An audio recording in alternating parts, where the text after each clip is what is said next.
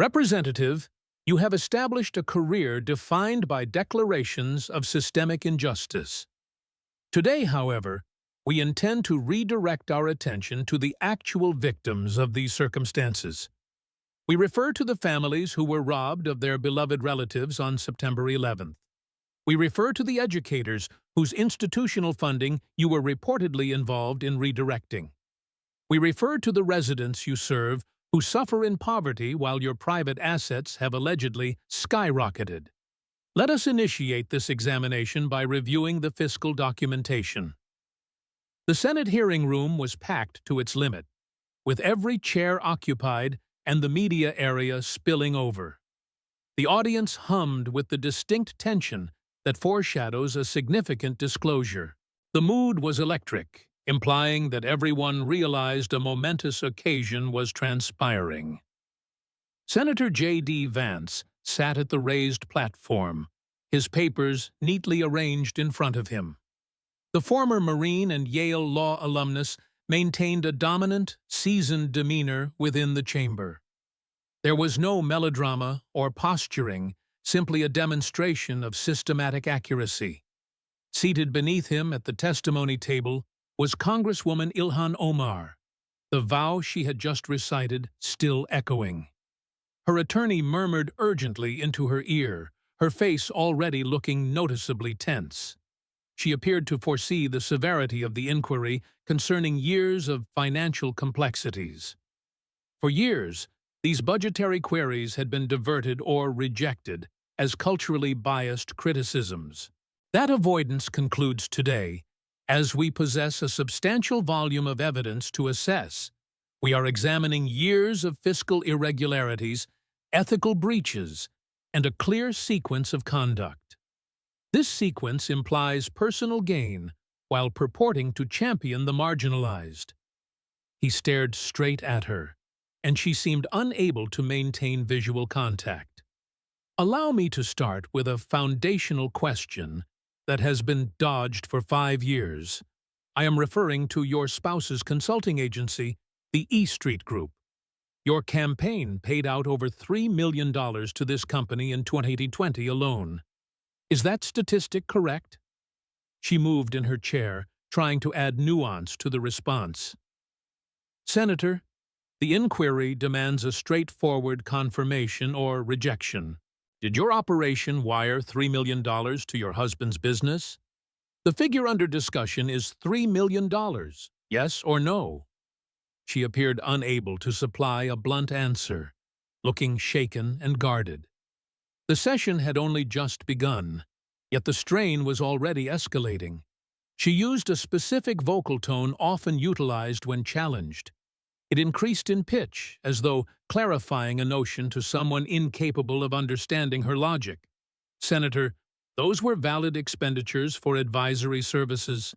He let the sum of $3 million linger heavily in the quiet. This amount was dispersed to your husband while, per divorce papers, a personal relationship was ongoing.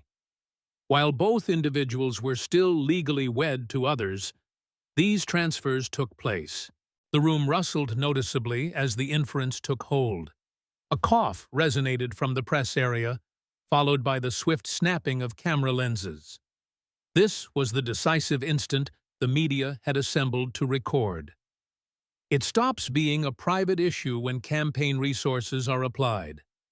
Federal Election Commission guidelines are distinct concerning this matter. Campaign assets must not be applied for personal costs or private advantage. Let us review the chronology, as it offers a persuasive account. He withdrew a paper from his pile, the sheet crinkling in the silent chamber. In August of 2018, the initial payment of over $200,000 was issued. This matches the month his former wife claims the relationship commenced. She parted her lips to talk, shut them, and then stayed quiet. Her lawyer moved closer, whispering advice she seemed unable to absorb. She dipped her head slightly, trying to uphold her poise but struggling. You swore an oath 20 minutes ago to offer honest evidence. Those transfers were earmarked for digital advisory and fundraising tasks. Let us debate the character of those services specifically. Vance repositioned his spectacles using a deliberate break to let the pressure mount. We hold your campaign finance records from August 2018 through November 2020. What is significant is how the payouts to his agency correspond with his travel itinerary. These payments align precisely with the travel recorded in the divorce documents. These were excursions where he was reportedly escorting you, not merely laboring. He looked down at his memos, dramatically confirming the dates. In September 2018, the campaign compensated the E Street Group for travel charges. During that same week, legal papers state he traveled to California under the pretext of business. He later conceded he was in the company of Congresswoman Omar. His statement was that the connection was romantic, not vocational. During that identical week, $42,000 was paid out. Omar's face hardened, a response noticeable even from the back of the room. The exterior was starting to display genuine fractures. Senator, you are blending separate occurrences. In October, the campaign disbursed another $68,000.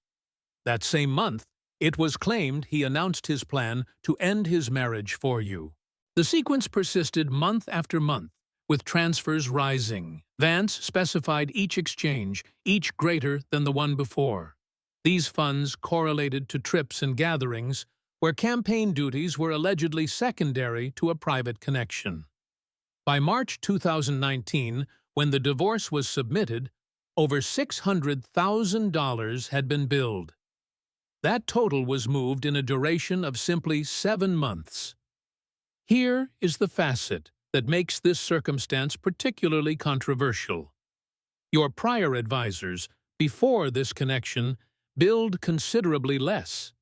They billed $60,000 for a complete election cycle.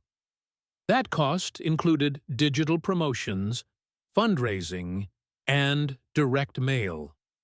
Let that relative figure echo with everyone in attendance. This agency, owned by your partner, obtained $3 million for one cycle.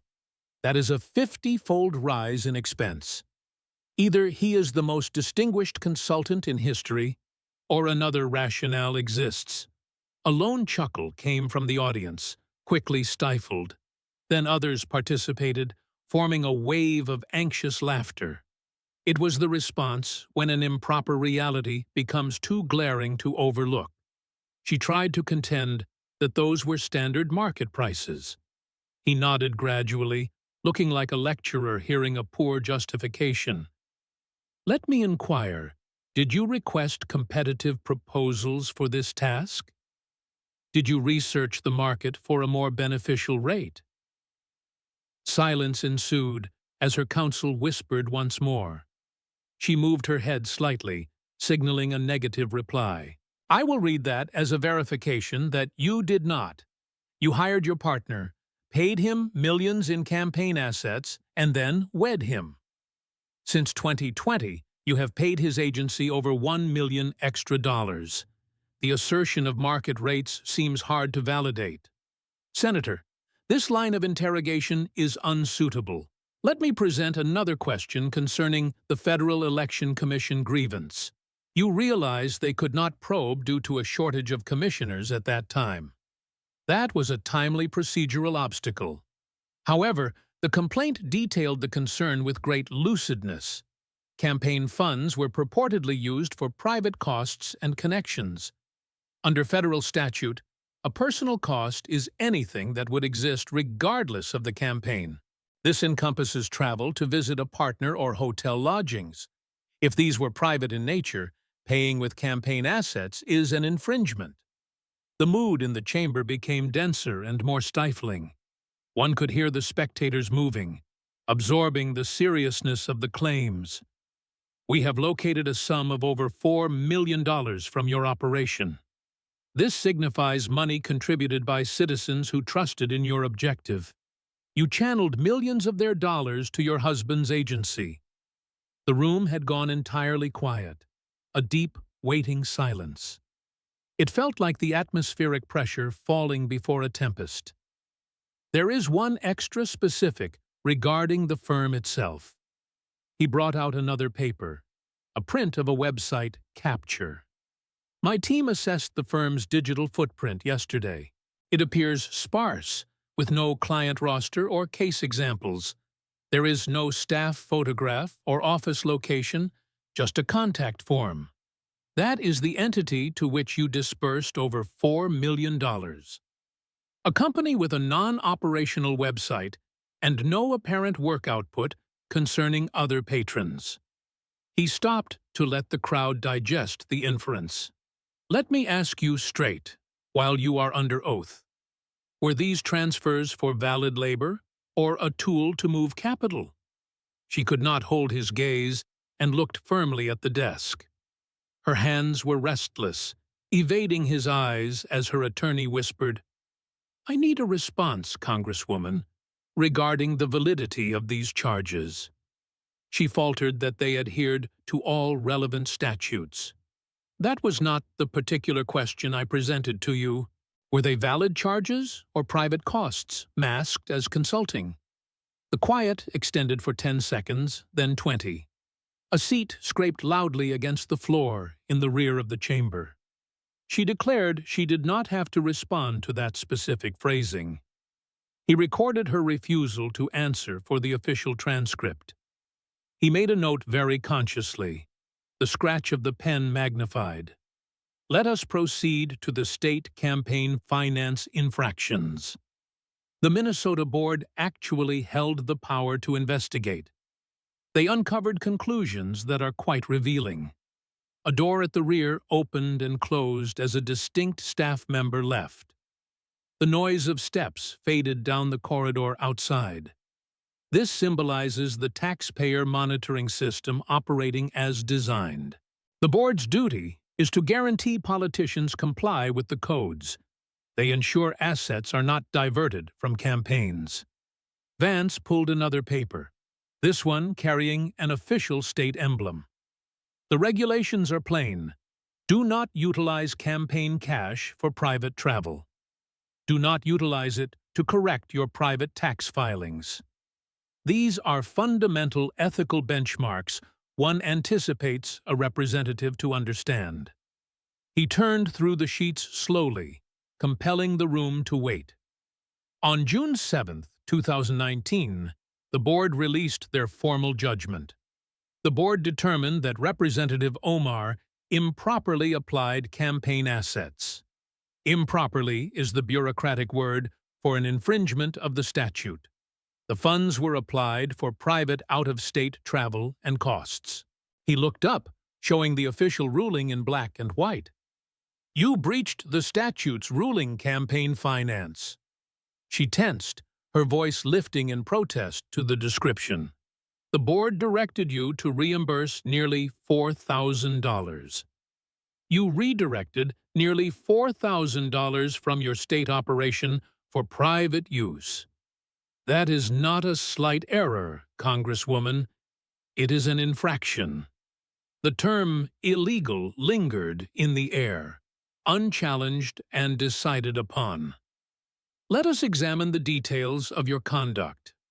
In June 2017, your operation paid for air travel to New York. This was to visit an event unconnected to your legislative tasks. While likely a pleasant occasion, it had no relevance to your employment. The board determined you would not have gone but for your private interest. This indicates you applied campaign money for a private trip. Your campaign financed a journey for networking and socializing. The board researched and ruled that you breached the code. He grinned slightly, looking like a litigator with sufficient proof. There is more to this sequence of conduct. Think about the journey to Florida that your operation funded.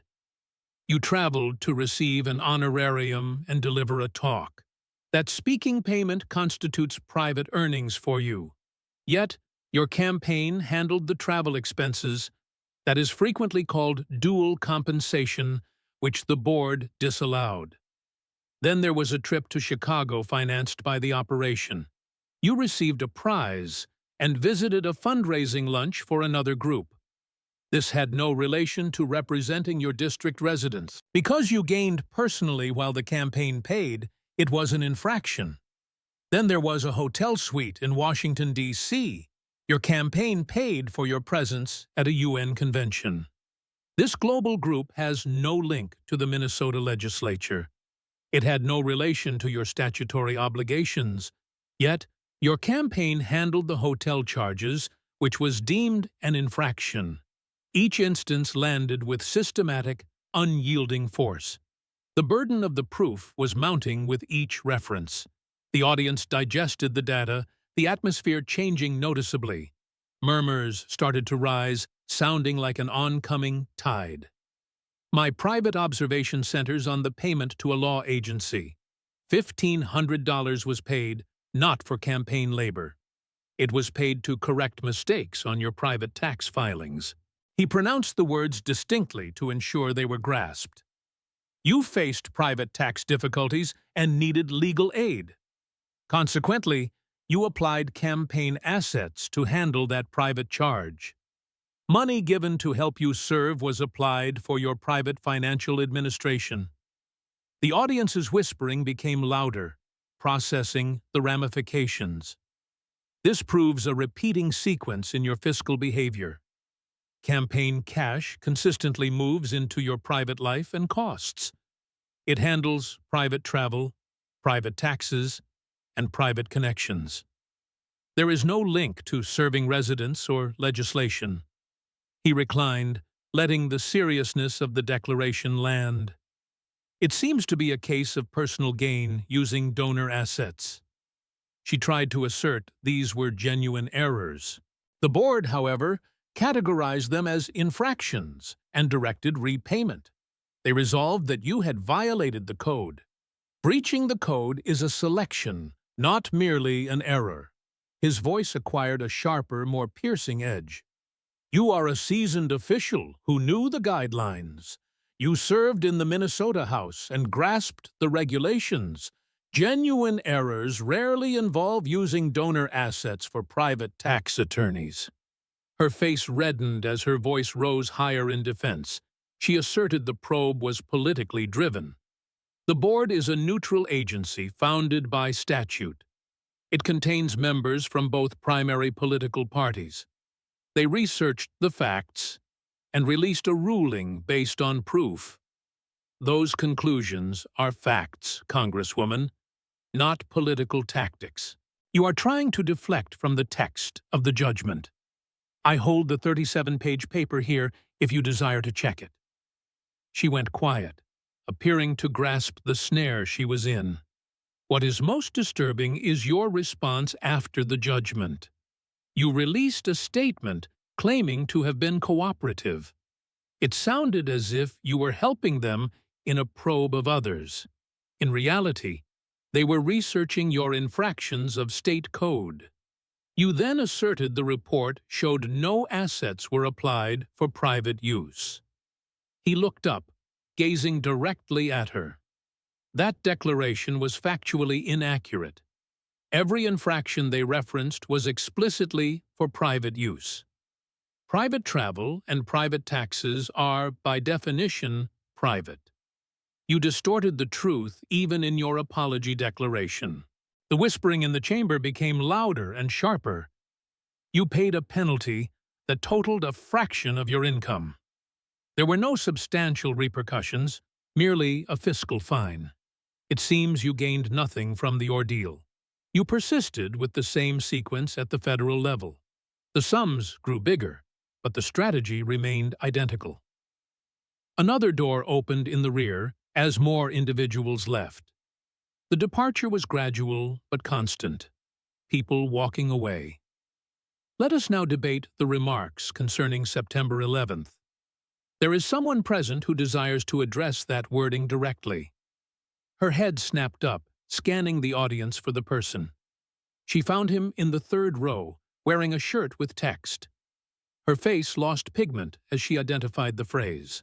The timbre of Vance's voice changed. becoming quieter and colder. It carried the restrained intensity of someone who understood sacrifice. 5 words managed to minimize a disastrous attack. Those words reduced a tragedy with nearly 3,000 victims to a triviality. It sounded as if it were a slight nuisance rather than a hostile act. The room stayed frozen, with nobody moving or breathing. In March 2019, you spoke at a fundraiser in California. You discussed civil liberties and bias, which is your right. Then you said the phrase, "Some people did something." He read the citation directly from his notes. You asserted civil liberties were being eroded because of that event. Her lawyer was writing frantically while she stared at the desk. She seemed unable to look up or offer a defense. First, your historical reference regarding the group's founding was inaccurate. However, the error is not the primary issue. The critical issue is how you depicted the events of 9/11. Some people did something is a severe minimization. Let us be plain about the character of that day. 19 attackers, organized and financed, carried out a synchronized strike. They seized commercial jets with citizens on board. His voice remained steady, but the underlying sentiment was audible. They flew planes into the World Trade Center and the Pentagon. A 4th plane crashed in Pennsylvania due to the bravery of passengers. Nearly 3,000 people perished, including emergency personnel.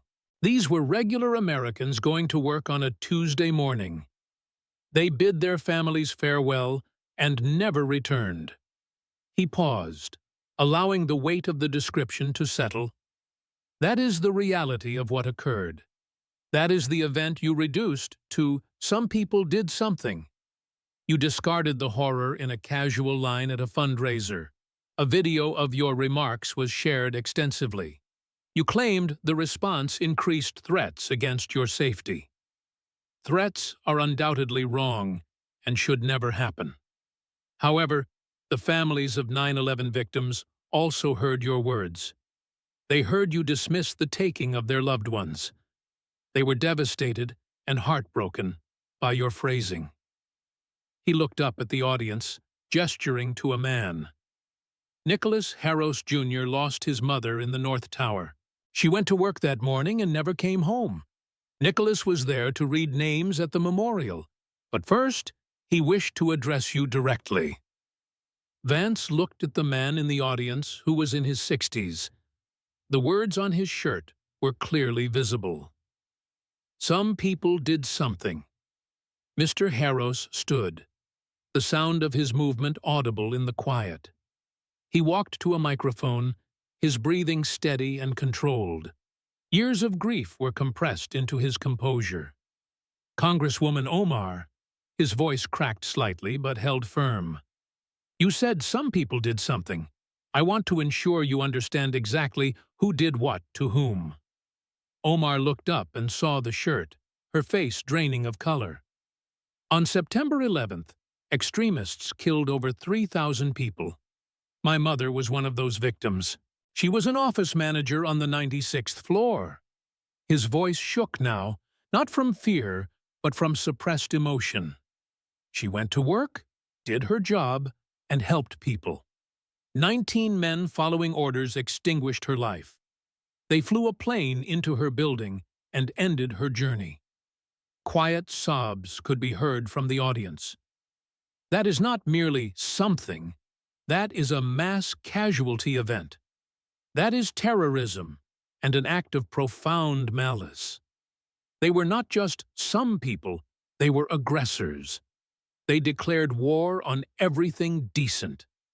His voice broke, and he paused to compose himself. They took my mother and my friend's parents. They took children and people who had done nothing wrong. You speak of civil liberties, but my mother's liberties were destroyed. Her liberty to live and see her grandchildren was stolen. All of that is gone because of what those people did. He stared at Omar, who could not meet his eyes. Do you understand why your words caused such pain? Do you understand why families felt you disrespected their loved ones? She opened her mouth, but no sound emerged. She swallowed hard, trying and failing to speak. I would like an answer, Haros said quietly. Do you understand the impact of your words? Yes, I am sorry. I did not mean it that way. You said it in a speech to a large audience. You meant it, but you did not expect to be challenged. But we heard you, and the families heard you. Vance allowed the silence to hold for nearly a minute. Haros remained standing, staring at the Congresswoman. She looked down at her hands, appearing trapped. Thank you, Mr. Haros, for your testimony and courage. Haros nodded once and walked back to his seat. You could hear every footstep as the room listened. Vance turned back to Omar after the confrontation. After that memorial service, you appeared on national television. You were asked if you understood the offense taken by families. You stated that you could not understand the weight of the pain. Even after seeing the impact, you claimed inability to understand. If you understood, you would have offered a genuine apology. You would not have offered a conditional statement about people taking offense. A real apology involves admitting error and expressing regret. You never provided that because you do not believe you were wrong. You perceive yourself as the aggrieved party in this narrative. 3 more people stood and walked out of the room.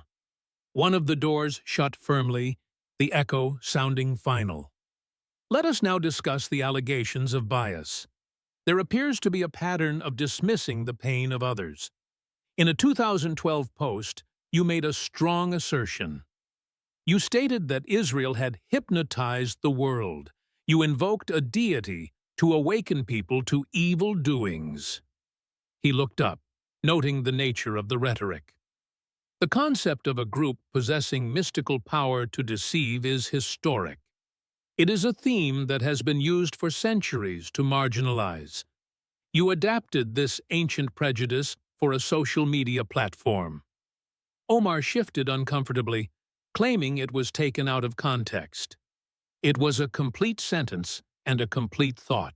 There is no context that renders that statement neutral. You apologized only after you were elected and pressured. Then, in February 2019, you were a new representative. A journalist posted about congressional support for Israel. You responded with a quote about currency. It's all about the Benjamins, referencing $100 bills. When asked who was paying politicians, you named IPAC. You accused a specific organization of purchasing support. You could have debated policy or lobbying tactics. Instead, you focused immediately on the influence of money. This aligns with a long-standing narrative regarding financial influence. The backlash was immediate and bipartisan. It was not just the opposition. Your own leadership spoke out. Speaker Pelosi and other leaders issued a joint statement. They condemned the remarks and called for an immediate apology. Your own party leadership demanded you retract the hurtful comments. The Senate Minority Leader called the comments offensive and irresponsible. Even progressive allies stated that you had crossed a line. You apologized only after every major leader compelled you to do so. You apologized because your career was at risk. And here is the proof that the lesson was not learned. 1 month later, at a town hall, you made another statement. You spoke of political influence pushing for allegiance to a foreign country.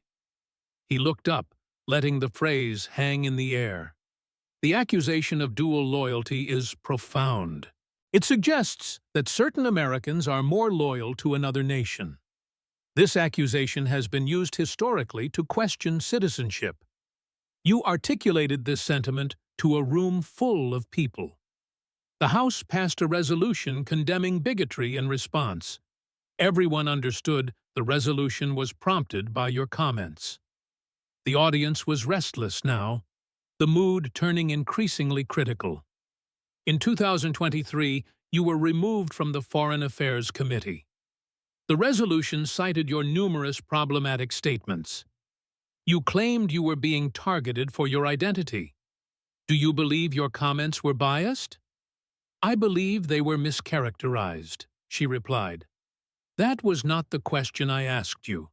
Did they rely on negative stereotypes about a specific group? You did not criticize policy. You focused on money and loyalty. I apologized after you were forced to do so. You apologize, claim victimhood, and then repeat the behavior. The cycle appears to be continuous. She was breathing faster, her voice climbing in pitch. Senator, you are conflating criticism with bias. I am reading your actual words and posts. You are the author of those statements, not me. Even your own state party has had to distance itself. Progressive organizations have stated that your rhetoric crosses a line. But you continue because you have avoided severe consequences. Do you believe supporters are motivated primarily by money? There was a long silence as she looked at her lawyer. She stated that she believes lobbying is a problem. Do you believe a specific group buys political influence? She stated she never named the group explicitly. You named IPAC and referenced money directly. Stop hiding behind semantic games. Do you believe there is inappropriate financial influence? She could not answer and sat there staring. Your silence speaks volumes on this matter. Let us move on to your financial status. This is a fascinating narrative about wealth accumulation. Since you are interested in money and influence, let us review yours. More doors opened and more people left the room. A section of her original supporters filed out together. Let us talk about your financial disclosure forms. Every member of Congress must file these annually by law. You list assets, investments, and spousal business interests. Vance held up a thick folder of documents. This transparency allows constituents to see if you are gaining personally. He opened the folder and compared two forms.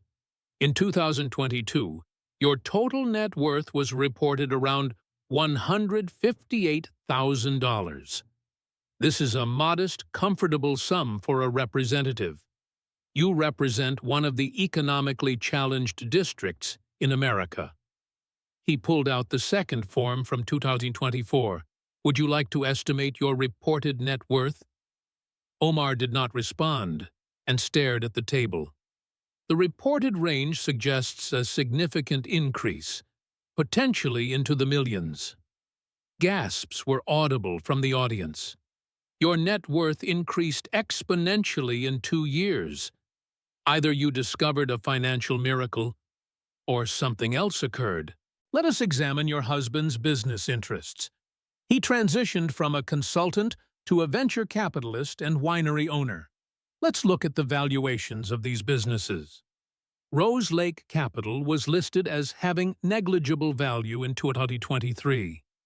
In 2024, it was listed with a multi-million-dollar valuation. More gasps were heard, louder this time.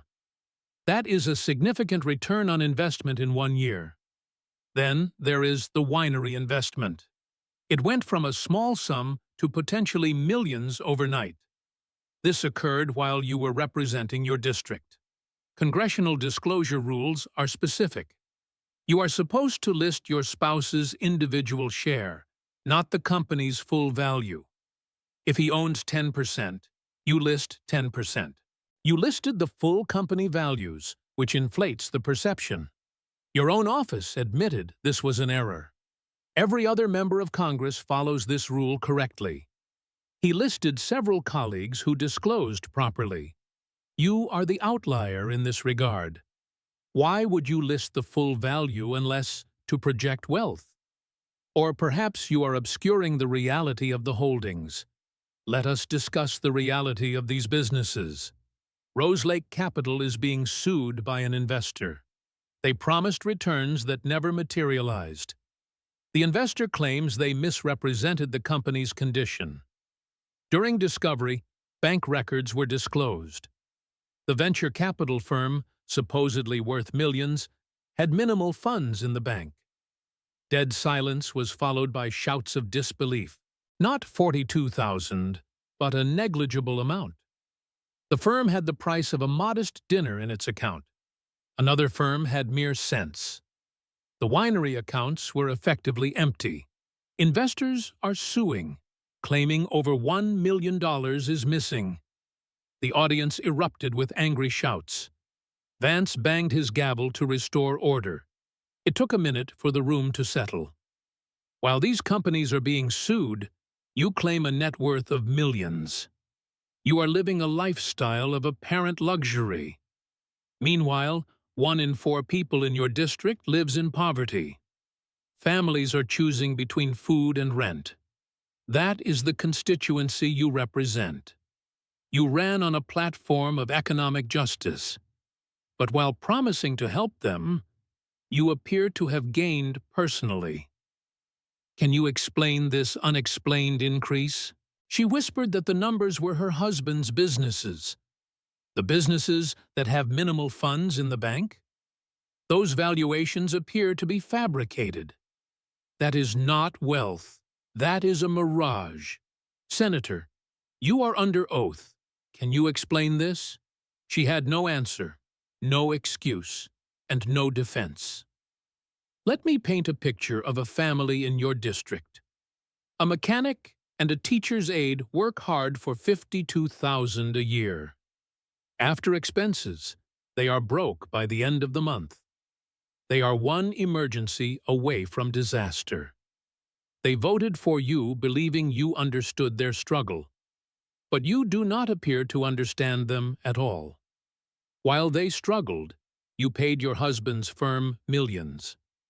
While they were at risk of homelessness, you claimed millions in wealth.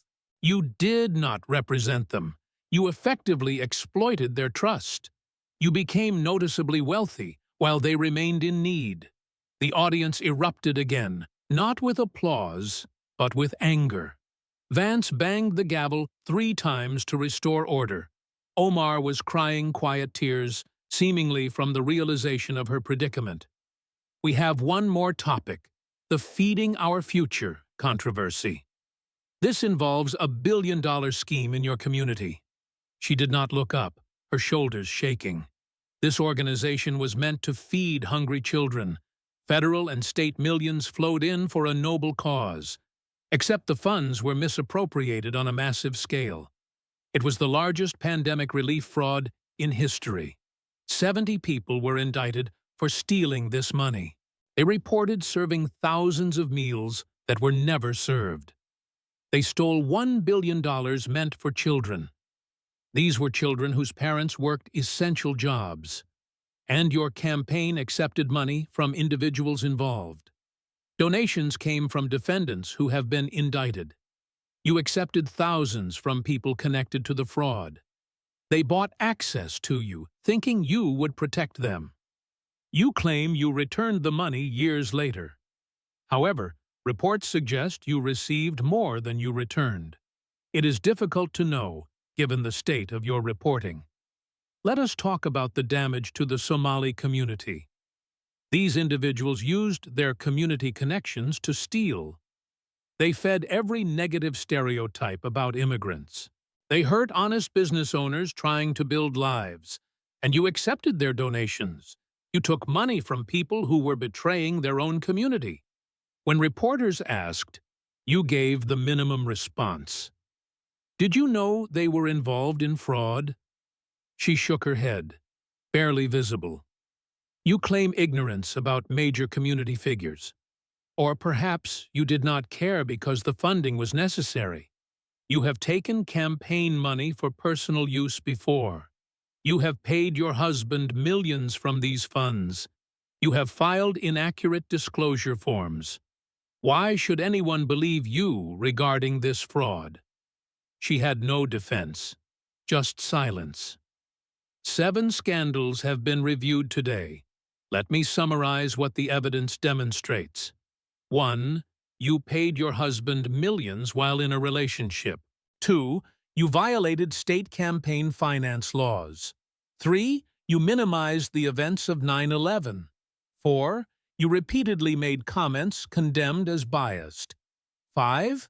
Your net worth exploded based on questionable valuations. 6.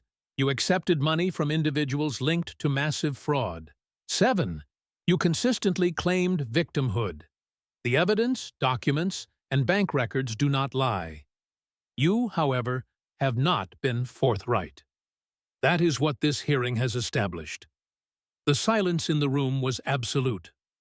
This committee will issue its final report in 30 days. Our recommendation will include censure and referral for potential prosecution. The evidence supports these actions. Justice demands these actions. He struck the gavel, adjourning the hearing. The sound echoed, signaling the conclusion of the proceedings. The room erupted in a mix of relief and activity. People stood, talking and shouting, as reporters rushed out. Omar sat at the table, appearing completely defeated.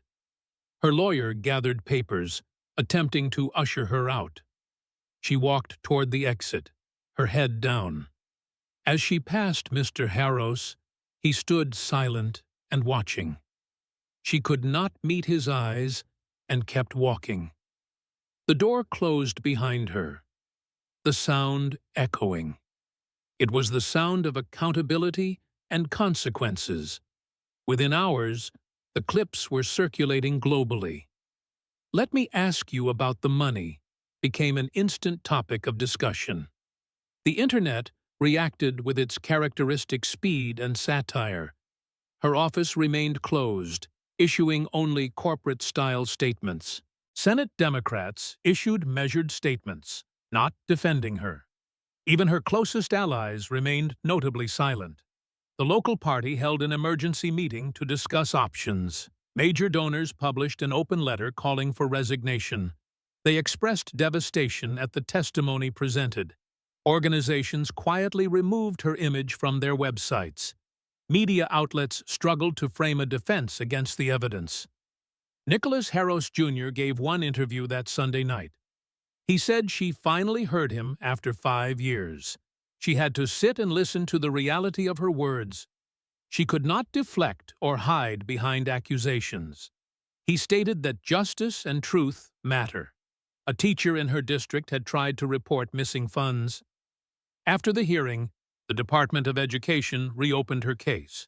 The audit traced missing funds to shell companies. The money was recovered and distributed to schools. She held up new books, saying her students deserved them. A local restaurant owner saw business return after the hearing. He stated that she had made the community look corrupt. Now, people could distinguish between honest immigrants and corrupt officials. The House Ethics Committee opened a full investigation. A primary challenge from a respected leader was announced. Internal polling showed her trailing significantly in her own district. Federal authorities opened a preliminary investigation. Progressive organizations began to revoke their endorsements. She moved out of her apartment, avoiding public appearances. Staff members resigned, unable to defend the situation. Her social media presence ceased entirely. Divorce rumors began to circulate amidst the financial stress. She had become what she claimed to oppose. This is not just about one representative. It is about the system finally functioning as intended. For too long, identity was used as a shield against criticism.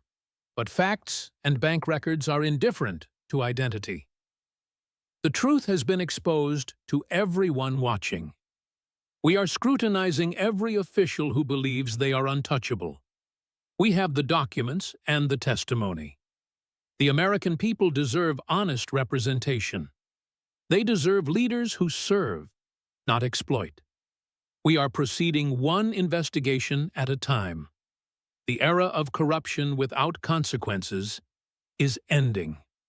Justice and exposure are the new standards. If you are weary of malfeasance, engage with this content. Share this information to spread awareness of what occurred. Let everyone know that accountability is possible. Tell us which other politician requires this level of scrutiny.